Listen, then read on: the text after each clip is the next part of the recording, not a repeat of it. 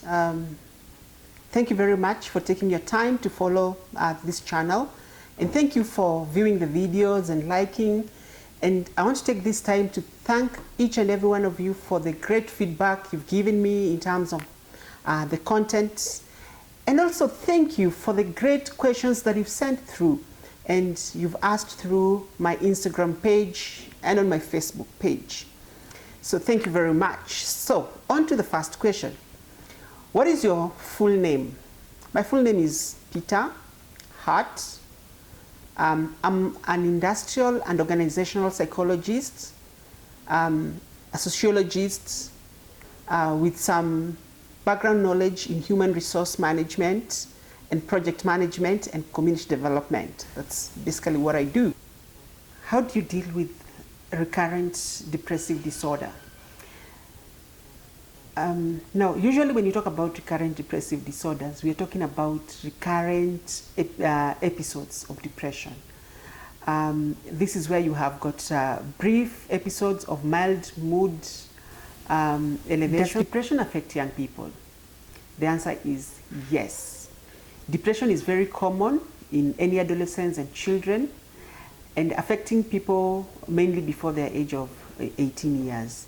Usually, depression in youths and adolescents is usually associated with poor academic achievement. This is when someone does not perform very well in school or they get very low grades. The other one is social dysfunction.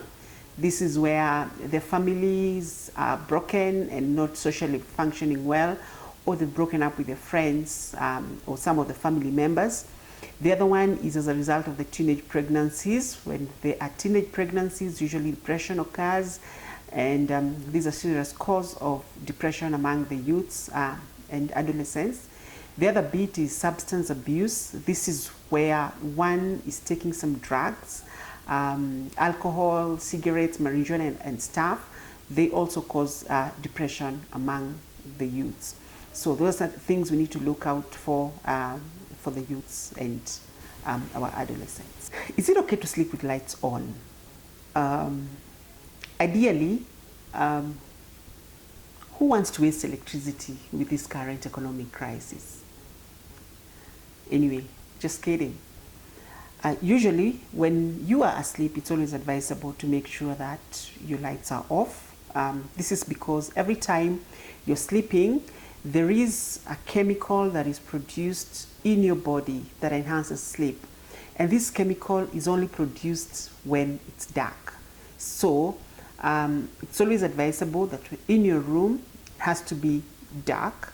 When it's dark, we have the chemical being produced in your body, and that is a sleep chemical that will enhance and make sure that you have a very good sleep.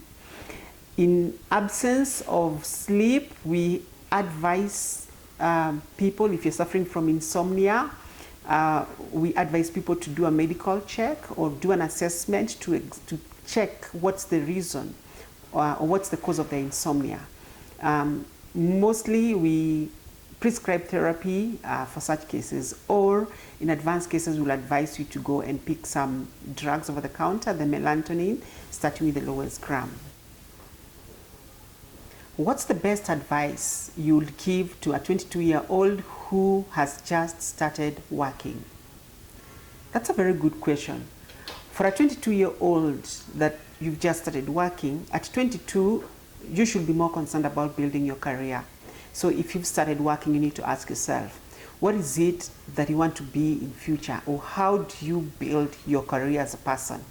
And so one of the key things you need to understand is that at between 20 and 30, that's usually a gap that you have got what we call the longer earning horizon. That means you're going to earn money for a longer period. And so for you, you also have what we call the longer investment horizon. That means that you are able to invest money for a longer time. And then at that age of 22, you're also very more flexible in terms of your expenses. That means you don't have major expenses that you need to incur. And so the best thing is try and see What kind of investment are you going to make? The best investment you can do is to invest in your career and develop your career. That means go back to school, see how do you study more, see how do you advance your career, do that master's, if possible, go way ahead and even register for your PhD and learn and learn and learn. That's the best advice I will give you. Do you know of some psychologists who will offer support, and what are their rates? That's a very good question. Yes, there are psychologists. We have counseling psychologists who are qualified and they offer very good services. The rates are cheap because they use the standard industrial rates that are prescribed for psychologists. And so just reach out, send me an email or DM me, and I'll be able to link you up with some very good counseling psychologists that we have in the market that will be able to offer you the kind of support you need based on your case. Yeah. So thank you very much for sending in through your questions.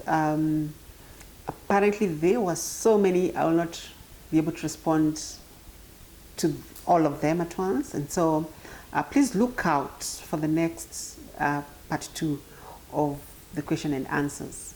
And I hope you'll find this helpful.